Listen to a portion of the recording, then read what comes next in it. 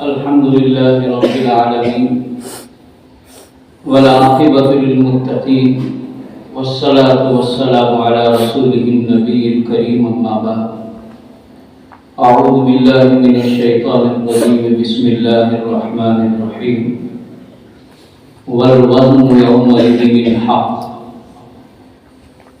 قال تعالى ونضع الموازين القسط ليوم القيامة. حضرات علماء کرام، بزرگان دین اور عزیز بچوں، ہمارے لیے یہ خوشی کی بات ہے کہ اللہ تعالیٰ نے اپنے فضل و عنایتوں سے مدد فرماتے ہوئے ہمیں منزل تک پہنچایا. آدمی کو خوشی عامةً دو مرتبہ ہوا کرتی ہے. جب کسی چیز کی انسان بنیاد رکھتا ہے تو وہ خوش ہوتا ہے کہ ہمارا کام ہو جائے گا، اور جب وہ کام منزل پر پہنچ جائے، ہمارے ارادے کے مطابق مکمل ہو جائے تو آدمی خوش ہوتا ہے. جیسے ایک آدمی عمارت بنانا شروع کرتا ہے تو جان پہچان متعلقین کو اطلاع دیتا ہے،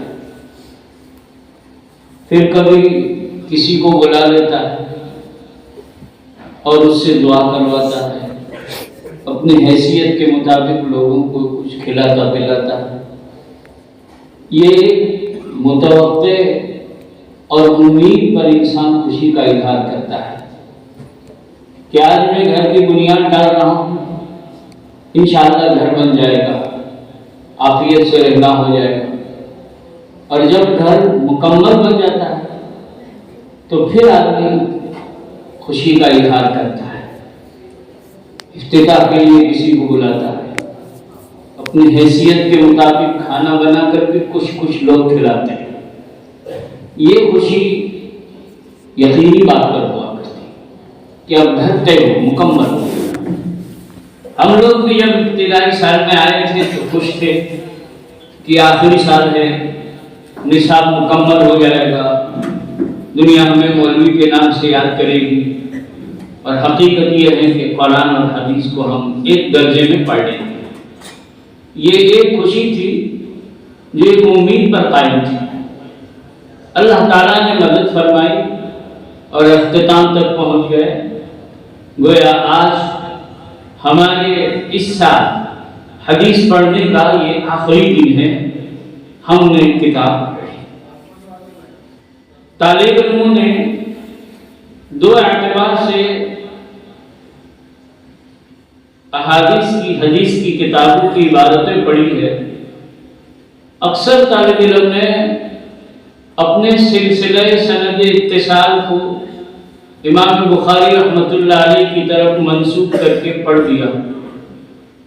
آخری طالب علم نے اپنے ابتدا سے انتہا تک کی سند کا اتصال کر کے ایک لمبی سند اتصال پڑھ کر باب کو ختم کیا. اس سے اصل یہ ہے کہ ہمارا دین مستند ہے، ہمارا دین مستند ہے. کوئی بات بے سندی نہیں ہے. جو بات اللہ تعالیٰ نے ابراہیم علیہ السلام کے ذریعے، حضرت جبرائیل علیہ السلام کے ذریعے نبی اکرم صلی اللہ علیہ وسلم کو اطلاع دی، نبی اکرم صلی اللہ تعالی علیہ وسلم نے صحابہ کرام کو اطلاع دی، صحابہ کرام میں تابعین، بعد میں تبع تابعین، اور پورا سلسلہ سند اتصال موجود ہے. اور قرآن اور حدیث کی حفاظت خود اللہ تعالیٰ نے ذمہ داری دی ہے. قرآن کریم میں تو بہت مشہور ہے، اِنَّا نَحْنُ نَزَّلْنَا الذِّكْرَ وَإِنَّا لَهُ لَحَافِظُونَ. ہمیں نے قرآن کو اتارا ہے اور ہم ہی اس کی حفاظت کرتے ہیں اور اللہ حفاظت کرتے ہیں. رہ گئی حدیث تو یہ بھی اللہ ہی کی طرف سے ہے. جیسے عام مطلب مفسرین نے ایک بات یہ لکھی، ان علینا جمعہ وقرآن ثم ان علینا بیانہ، اور بعض علماء نے فرمایا، اللہ نے فرمایا وَأَنزَلْنَا إِلَيْكَ الذِّكْرَ لِتُبَيِّنَ لِلنَّاسِ مَا نُزِّلَ إِلَيْهِمْ۔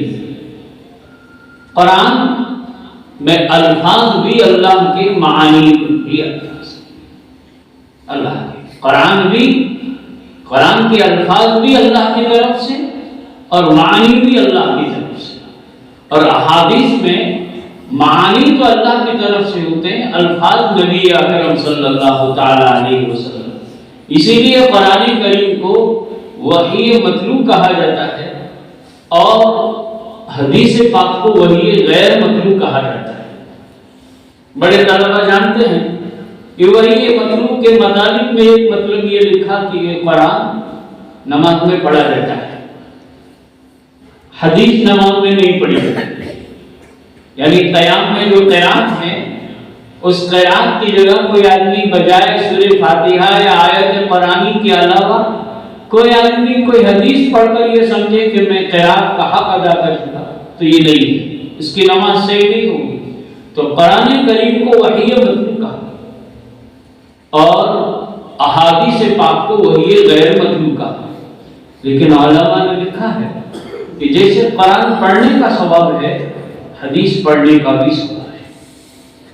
اسی لیے ہمارے بعض بزرگان دین کا عمل رہا ہے کہ جیسے وہ قرآن کریم کے تلاوت کرتے، حدیث پاک کی بھی تلاوت کرتے، اپنا معمول بناتے۔ حدیث پڑھنے سے حدیث کا ثواب ملتا ہے پڑھنے کا، اور ایک بات یہ ہو جاتی کہ نسبت حاصل ہو جاتی، بعض چیزیں پڑھنے سے بھی نسبتیں حاصل ہوتی ہیں، اور حدیث پڑھنے کا ایک فائدہ یہ ہوگا کہ مضامین احادیث آپ کے ذہن میں رہیں گے اور اس سے مسئلہ معلوم کرنا بہت آسان ہو جائے گا۔ اصل قرآن کریم کو اللہ تعالیٰ نے موعظت بیان فرمایا کہ قرآن کریم یہ موعظت ہے، نصیحت ہے، اللہ کی طرف سے آیا ہوا ہدایت نامہ ہے۔ لیکن مراد خداوندی کو آدمی احادیث کے بغیر نہیں جان سکتا۔ مراد خداوندی اگر جاننا ہے تو اسے حدیث پاک کو جاننا ہی پڑے گا۔ حدیث کے بغیر مراد خداوندی کو آدمی نہیں جان سکتا۔ بلکہ ایک بزرگ نے تو یہ لکھا ہے کہ قرآن موعظت ہے، نصیحت ہے، لیکن قرآن سے فائدہ اٹھانا ہے اور قرآن پر عمل کرنا ہے۔ آپ اللہ کی نصیحت کو سمجھنا چاہتے ہیں تو آپ کو قرآن، حدیث اور فقہ ان دونوں چیزوں کو پڑھنا پڑے گا، جب بھی جا کر آپ قرآن سے فائدہ اٹھا سکتے ہیں۔ لغات عرب کو جان کر آدمی مراد خداوندی کو قرآن سے نہیں سمجھ سکتا۔ صحابہ کرام عربی تھے، نبی اکرم صلی اللہ تعالی علیہ وسلم عربی تھے۔ قرآن کریم کی ایک آیت آئی کلوا واشربوا حتى يتبين لكم الخيط الابيض من الخيط الاسود۔ ابتدائی روزے جب مشروع ہوئے تھے تو حکم تھا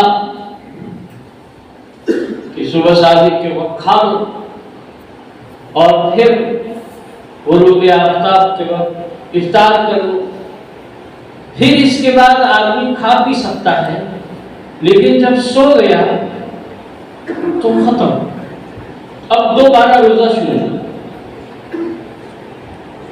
حکم یہ تھا، صحابہ کرام کو کچھ تکلیفوں کا سامنا کرنا پڑا، تو پھر یہ آیت آئی کلوا واشربوا حتى يتبين لكم الخيط الابيض من الخيط الاسود، کہ سفید دھاگا کالے دھاگے سے الگ ہو جائے وہاں تک کھاؤ۔ جب یہ آیت کریمہ آئی تو کچھ صحابہ کرام نے دھاگے لیے، کالا دھاگا اور سفید دھاگا، اور اپنے تکیے کے نیچے رکھا۔ اس میں عدی ابن حاتم کا بھی تذکرہ ہے، عدی ابن حاتم کا۔ انہوں نے بھی دو دھاگے لیے، ایک دھاگا سفید ایک دھاگا کالا، اور اپنے تکیے کے نیچے رکھا، دیکھتے رہے. اب یہ کھاتے تھے جب تک دونوں کے درمیان واضح نہ ہو جائے کہ یہ کالا دھاگا یہ سفید دھاگا. حضور پاک صلی اللہ تعالی علیہ وسلم کو معلوم ہوا. آپ نے عدی ابن حاتم کو بلایا اور بلانے کے بعد کہا عدی آپ کیا کرتے ہو؟ اللہ کے رسول تو دھاگے لیے ہیں, تکیے کے نیچے رکھتا ہوں, جو واضح ہو جاتا ہے تو پھر روزہ شروع کر دیتا ہوں. تو آپ علیہ الصلوۃ والسلام نے عدی ابن حاتم کو فرمایا کہ تمہارا تکیہ بڑا چوڑا ہے.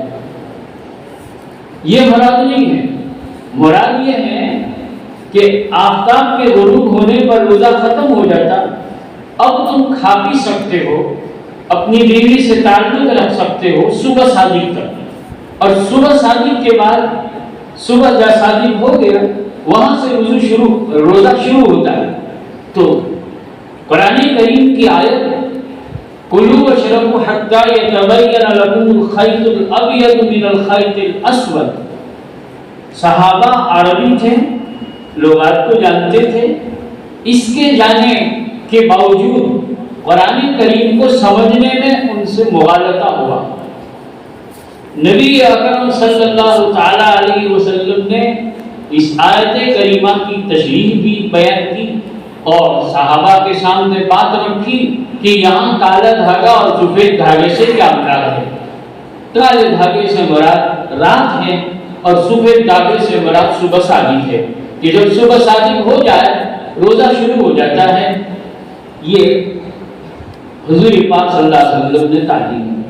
اس سے پتہ چلا کہ مراد خداوندی کو جاننے کے لیے احادیث کا جاننا ضروری ہے. احادیث کے بغیر آدمی قرآن کریم کو نہیں سمجھ سکتا, مراد خداوندی کو نہیں سمجھ سکتا. آدمی کہاوت تو بہت کہتا ہے, زبان نظر ہوتی ہے, کہیں کچھ بھی بول دیتے ہیں. کہاوتیں ہماری گجراتی میں بھی ہے, اردو میں بھی ہے, فارسی میں, ہر زبان میں کہاوتیں. جیسے کہا جاتا ہے سونا پہ سہاگا, تو ظاہری لفظ اس کا ترجمہ تو یہ ہے کہ سہانا وہ سونا رکھ دو, لیکن مراد یہاں خیر اور کسی چیز کے حصول میں مبالغہ ہوتا ہے. جیسے عرف کو جاننے کے لیے خالی لغات جاننا ضروری نہیں ہے, عرف کی حقیقت کو جاننا پڑے گا. حضرت تھانوی رحمۃ اللہ علیہ نے لکھا ہے کہ قرآن کریم کو سمجھنے کے لیے بھی عرب کا عرف جاننا پڑے گا. اگر آپ اور ہم عرب کا عرف نہیں جانتے تو لغات سے قرآن کریم کو نہیں سمجھ سکتے. بہرحال میں تو یہ چند باتیں اس پر عرض کر رہا ہوں کہ حدیث کیا ہے. حدیث یہ مراد خداوندی جاننے کا ایک طریقہ ہے جو نبی اکرم صلی اللہ تعالی علیہ وسلم کے ذریعے اللہ تعالیٰ نے ہمیں آپ کو بتایا ہے. اور اللہ تعالیٰ ہی نے نبی اکرم صلی اللہ تعالی علیہ وسلم کے اوپر معانی کا انکشاف کیا تھا, اور آپ علیہ السلام نے اپنے الفاظ میں جو بیان کیا اس کو حدیث کہتے ہیں. اسی لیے قاری طیب صاحب نور اللہ مرقدہ فرمایا کرتے تھے کہ قرآن دو ہیں, ایک الفاظ کی شکل میں اور ایک عملی شکل میں, ایک علمی شکل میں, ایک عملی شکل میں. قرآن کو سمجھنا ہو تو نبی علیہ الصلوۃ والسلام کی زندگی کو سمجھیں. پھر یہ حدیث کی حفاظت حضور پاک صلی اللہ تعالی علیہ وسلم کے وقت سے ہی تھی. پھر ابتدا میں کیف متفق مطلقاً احادیث کو جمع کیا گیا. پھر جیسا جیسا وہ گزرتا گیا علماء نے اس میں تحقیق کی, شرائط رکھی اور کتابوں کی شکل میں حدیث کو منظور. اور اللہ تعالیٰ کو منظور ہی تھا کہ حدیث کی حفاظت ہو. اس لیے جب تک کتابی شکل میں حدیثیں جمع نہیں تھی تب تک اللہ تعالیٰ نے لوگوں کے حافظے کو بڑا بنایا تھا. وہ حدیث کو حافظے میں رکھتے تھے اور ان کا ذہن اتنا قوی تھا کہ وہ سند اور متن دونوں کو یاد رکھتے تھے. امام ترمذی رحمۃ اللہ علیہ اپنے شیخ کے ساتھ ایک سفر حج میں جا رہے تھے، اور اس زمانے میں بعض کشتیاں کے ذریعے سے لوگ جایا کرتے تھے، اور ہواؤں کے سہارے کشتیاں چلتی تھی، دیر میں پہنچتی تھی۔ تو ایک مرتبہ ان کے شیخ سے کچھ دیگر طلبہ نے عرض کیا کہ حضرت کئی دنوں کے بعد اپنی کشتی جدہ پہنچے گی، آپ ایسا کریں کہ احادیث کا املا کرا دیں۔ اس زمانے میں کتابیں نہیں تھی، شیخ اپنے یادداشت سے احادیث کو لکھاتے تھے، اور احادیث لکھانے کا مطلب اپنی ذات سے لے کر صحابہ حضور پاک صلی اللہ علیہ وسلم تک جو سلسلے سند حدیث ہیں اس کو بھی لکھاتے اور پھر متن حدیث بھی لکھاتے۔ تو گویا املا کرا ہے، اور املا میں سامنے والا طالب علم بھی املا کر ان کو بیٹھنے دیا جاتا، اور جو نہیں کرتا ان کو کہا جاتا کہ آپ نہ بیٹھیں۔ امام ترمذی کے بارے میں ہے کہ ان کے پاس کاغذ اور قلم نہیں تھا، اب وہ چاہتے تھے کہ سبق میں بیٹھیں، ہمارے یہاں تو موقع ہو کہ چھٹی پڑھیں، لیکن ان کے دلوں میں شوق تھا کہ حدیث پڑھیں، اس لیے وہ سب سے اخیر میں بیٹھ گئے اور ایک جانو اونچا کیا اور ایک ہاتھ یوں رکھ کر دوسرے ہاتھ سے یوں لکھتے، کاغذ نہیں، قلم بھی نہیں ہے، لیکن یہ لکھ رہے ہیں، ایسا پوزیشن ظاہر کیا تاکہ استاد درس سے ہٹا نہ دے۔ روزانہ کئی احادیث امام ترمذی کے شیخ لکھاتے تھے، 40 50 حدیث لکھا۔ 30-40 دن کے بعد ان کے شیخ نے امام ترمذی کو دیکھ لیا، ان کے پاس تو کاغذ ہے نہیں، خالی یوں کرتے رہتے۔ اٹھایا، آپ نے وقت ضائع کیا، آپ ایسا کیوں کرتے تھے؟ کہ حضرت کاغذ اور قلم تو تھا نہیں، میں حدیث سننے اور یاد کرنے کا مشتاق تھا۔ تو کہا آپ نے وقت ضائع کیا؟ فرمایا نہیں حضرت، آپ نے جتنی احادیث لکھائی ہے ان تمام احادیث کو میں نے اپنے حافظے میں یاد کیا۔ پھر امام ترمذی کے شیخ نے ان سے وہ ساری احادیث سنی جو املا کرائی تھی، سب کو سند اور متن سنا دیا، پھر ان کو اجازت دے دی کہ کوئی بات نہیں، آپ درس میں ایسے ہی بیٹھو۔ میں یہ بات آپ سے اس لیے اس پر عرض کر رہا ہوں کہ اللہ تعالیٰ نے ان لوگوں کو حافظہ بھی ایسا ہی دیا تھا کہ وہ قرآن وہ حدیث کو من معانی یاد کرتے، یہ اللہ کی طرف سے ایک نظام تھا۔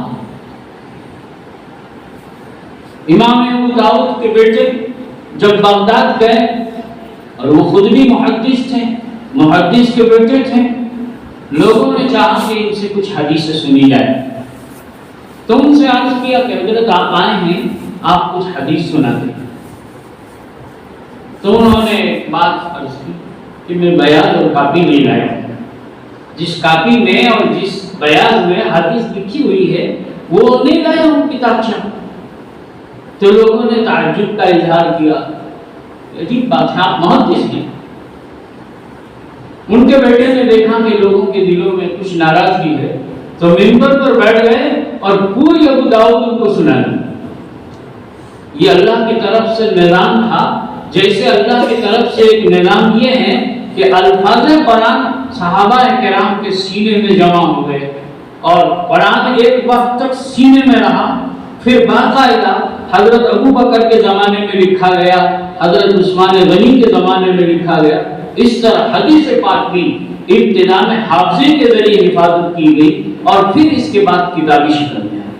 اب اس کے بعد آدمی حدیث کا حوالہ دینا چاہے تو خالی اس کتب کا حوالہ دے دے کہ رواہ البخاری، رواہ المسلم، رواہ المشکات، فلاں فلاں کتاب، اور ہمارے مدارس اسلامیہ میں عام متن سیرہ ستہ پڑھے جاتے، اور تمام کتابوں میں احادیث جمع ہونے کا معنی صرف یہ نہیں ہے کہ حدیث جمع، بلکہ تمام مصنفین نے پورا دین جمع کر دیا ہے، پورا۔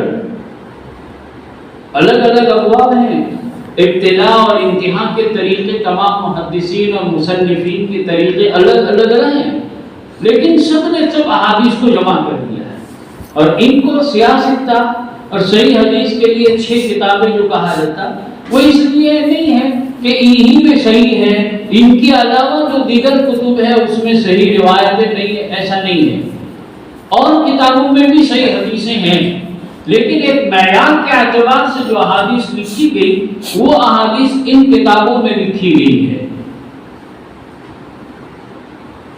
اور تمام مصنفین کا طریقہ الگ الگ رہا، لیکن سب میں ایمانیات کی بات ہے، سب میں عبادات کی بات ہے، سب میں معاملات کی بات ہے، سب میں معیار کی بات ہے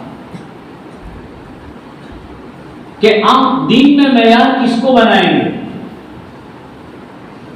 اسی لیے تمام احادیث کی کتابوں میں آپ کو نظر آئے گا کہ صحابہ کرام کے احوال کو بیان کیا ہے کہ فلاں صحابی کا کیا وصف، فلاں صحابی کا کیا وصف۔ مناقب احادیث یہ ہدایت کے معیار ہیں، اصحابی کالنجوم فبأیہم اقتدیتم۔ اور ایک بات سیاستہ میں سے اکثر کتابوں میں یہ ہے کہ معیار حدیث تفسیر ہے، یہ افعالی بات ہے، آپ کو بخاری میں مل جائے گا، ترمذی میں مل جائے گا، مسلم میں مل جائے گا، یہ اعتبار سے۔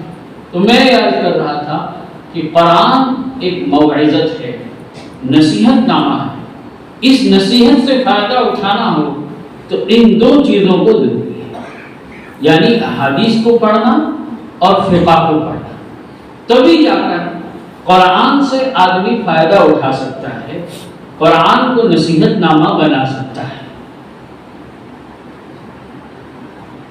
جب خوارج کے مقابلے کے لیے حضرت علی رضی اللہ تعالی عنہ نے حضرت عبداللہ ابن عباس رضی اللہ تعالی عنہ کو بھیجا کہ آپ جائیے ان کے سامنے عقائد کی بات کو رکھیے، لیکن حضرت علی نے فرمایا عبداللہ ان کے سامنے احادیث بیان کرنا، قرآن میں۔ حضرت عبداللہ ابن عباس رضی اللہ تعالیٰ عنہ نے عرض کیا حضرت علی کے سامنے کہ اللہ کے رسول نے مجھے تو دعائیں دی ہے، اللہم علمہ الکتاب، میں کتاب کیوں نہیں پیش کروں، ان کو کتاب سمجھا دوں گا، حدیث کیوں پیش کروں۔ حضرت علی نے ان کو سمجھایا، آیات قرآنی جو ہیں اس کے الفاظ کے جو معنی ہیں، کبھی کبھی ایک الفاظ کے متعدد معنی بھی ہوتے ہیں۔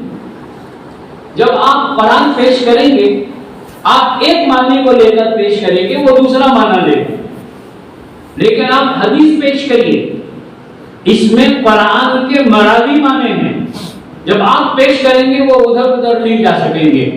معلوم ہوا کہ حدیث کے پڑھے بغیر آدمی قرآن کو نہیں سمجھ سکتا۔ اللہ تعالی ہمارے بزرگوں کو جزائے خیر دے کہ انہوں نے مدرسے کا جال بچھایا ہے، یہ دینی قلعے ہیں، اس سے اسلام کی حفاظت ہے، اس سے احکام اسلام کی حفاظت ہے، اس سے امت کو افراد ملتے ہیں۔ تقریر کرنا ہو تو مدرسے سے ہی افراد ملیں گے، امامت کرانا ہو تو مدرسے سے ہی افراد ملیں گے، کسی کی صلاۃ جنازہ پڑھانی ہو تو مدرسے سے ہی افراد ملیں گے، کسی کو غسل دینا ہو تو مدرسے سے ہی افراد ملیں گے۔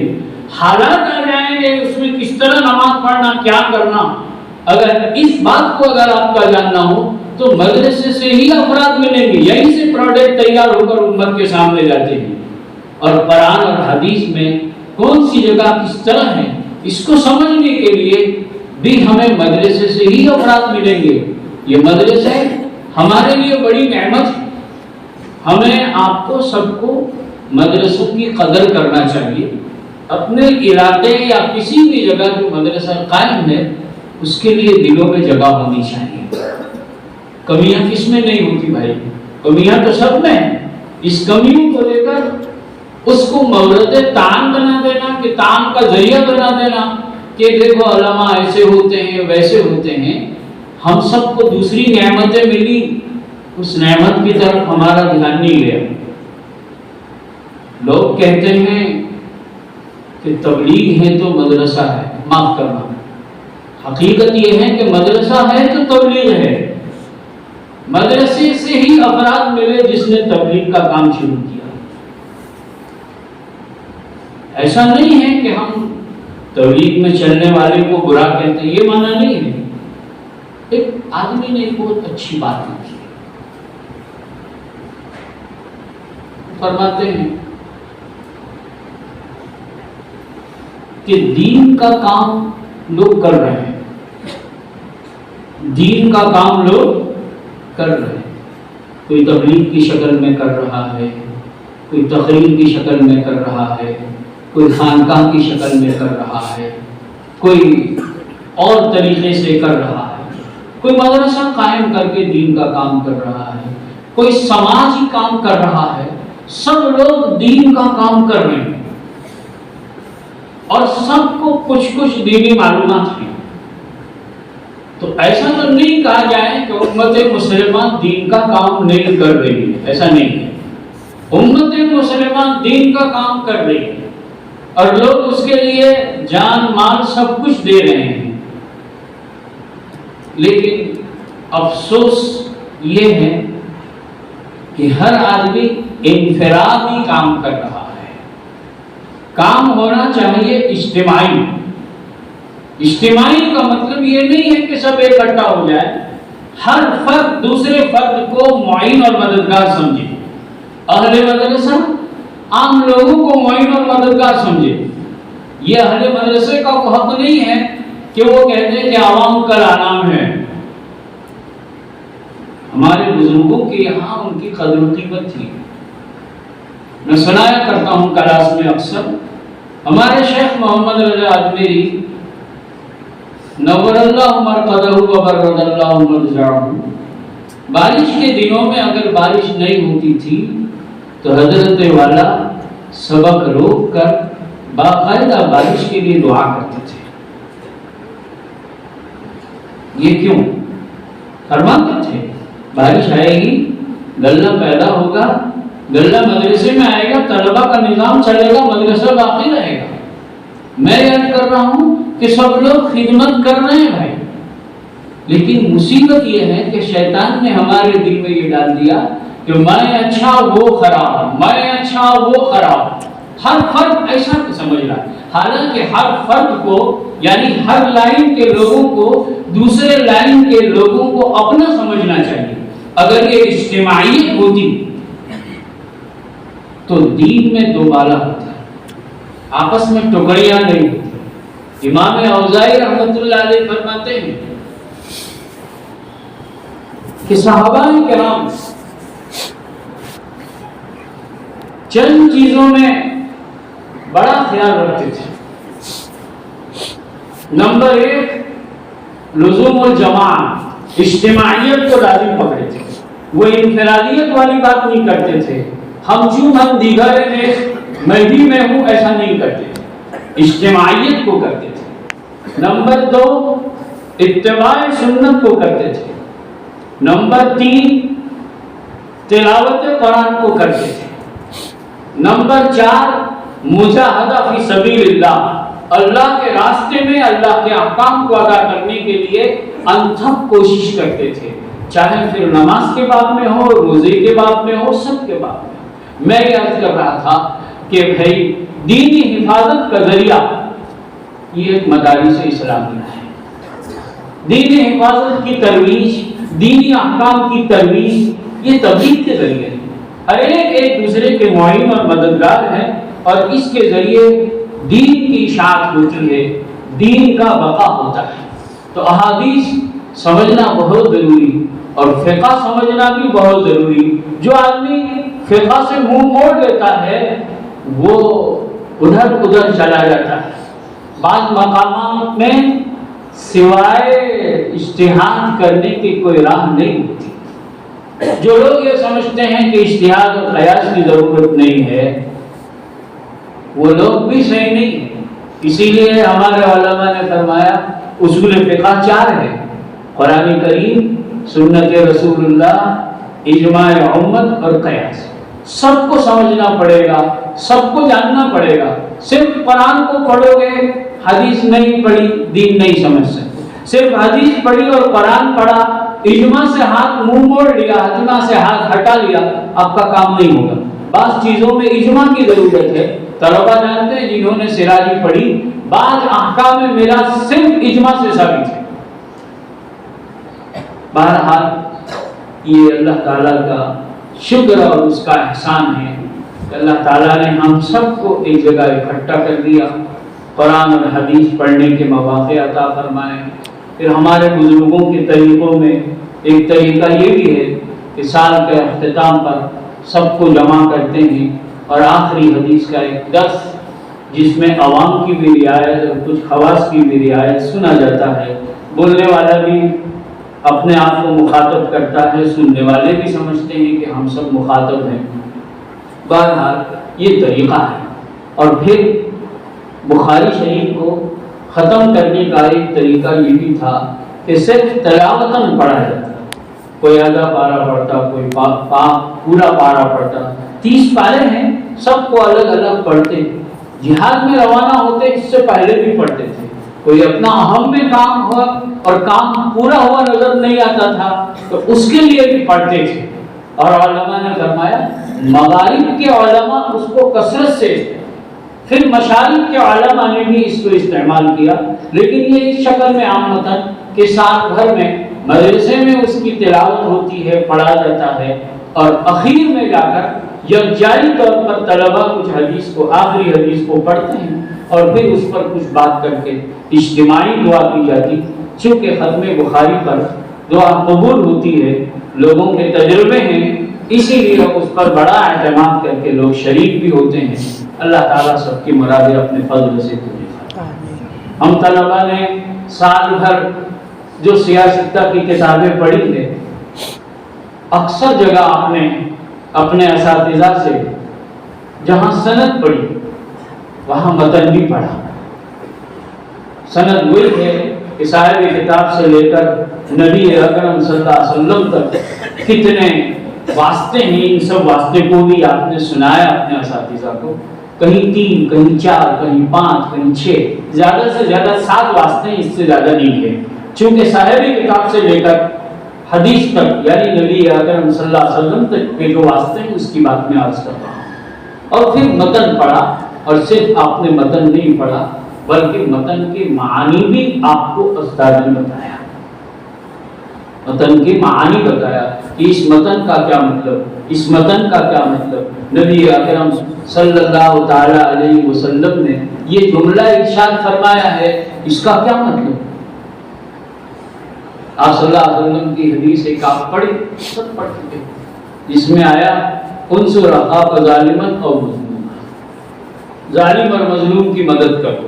یہ تو ایک متن ہے۔ آپ نے پھر مراد آپ نے سمجھی کہ زمانے جاہلیت میں جو ایک بات کہی جاتی تھی، حضور نے وہ ارشاد بیان فرمایا، اور پھر اس کے بعد صحابہ کے سوال پر آپ نے اس کی مراد بیان فرمائی۔ تو آپ نے متن بھی پڑھا، مراد متن بھی پڑھا۔ متن تو یہ ہے انصر اخاک ظالما او مظلوما۔ صحابہ نے عرض کیا کہ اللہ کے رسول، مظلوم کی مدد کرنے میں تو سمجھ میں آتا ہے، ظالم کی مدد کیا ہے؟ آپ نے فرمایا ظالم کی مدد یہ ہے کہ اس کے ہاتھ کو ظلم سے روک دے گا۔ ظالم کی مدد یہ نہیں ہے کہ اس کو ظلم میں بڑھایا جائے، کیونکہ نبی اکرم صلی اللہ تعالی علیہ وسلم آئے ہی اس لیے ہے کہ اس دنیا میں رہتے ہوئے انسان ایسا کام کر جائے جو آخرت میں اس کو کامیاب کرنے والا ہے، ایسا کام کر جائے۔ ظالم کو اس کے ظلم میں بڑھا دیں گے تو دنیا میں شر و فساد پھیلے گا اپنی جگہ، لیکن بڑا نقصان ظالم کا ہوگا کہ قیامت کے دن وہ سخت سزا کا مستحق ہو جائے گا۔ ایک جو عام کہاوت تھی، آپ نے اس کا ارشاد، آپ نے وہ ارشاد تو نقل کیا، لیکن اس کے مراد آپ نے بیان کی۔ میں عرض کر رہا تھا کہ سال بھر میں صرف بخاری شریف ہی نہیں، مسلم شریف ہو، ترمذی ہو، ابو داؤد ہو، طحاوی ہو، سب کے اندر آپ نے سند بھی پڑھی، متن بھی پڑھی، اور متن کے مراد بھی آپ نے اپنے استادوں سے سنا ہے، اور اسی سے دین سمجھ میں آتا ہے۔ بہرحال ابتدائی چند باتیں میں نے آپ کے سامنے یہ سمجھایا کہ حدیث کو پڑھنا بہت ضروری ہے، حدیث بڑی اہم ہے، اس سے بغیر ہم اور آپ قرآن سے صحیح معنی میں فائدہ نہیں اٹھا سکتے۔ مراد خداوندی جاننا ہو تو احادیث کو جاننا پڑے گا، اور احادیث اور قرآن کو سمجھنا ہو تو فقہ کو سمجھنا پڑے گا، اس کے بغیر نہیں ہے۔ اب سب لوگ فقہ پڑھنے تو نہیں جاتے، ان لوگوں کا کام یہ ہے کہ ہمارے علماء کی بات پر اعتماد کریں، تب جا کر ہم قرآن اور حدیث سے صحیح معنی میں وابستہ ہو سکتے ہیں۔ آج کا المیہ اور دکھڑا یہ بھی ہے کہ لوگوں کو علماء پر اعتماد کم ہو گیا، اور شیطان نے ہمیں آپ کو ایک دوسری پٹی پر ڈال دیا ہے کہ سب علماء ایسے ہی ہیں، سب ایسے ہی ہے۔ یہ ذہن ہمارا بنتا چلا جا رہا ہے، اس کی وجہ سے بہت سی مرتبہ جو سنا ہے اس کو عرض کر رہا ہوں، لوگ احکام اسلام فقہ حنفی پر بھی کلام کرتے ہیں۔ دیکھیے حدیثوں میں آپ نے پڑھا، طلبہ سے میں خطاب کر رہا ہوں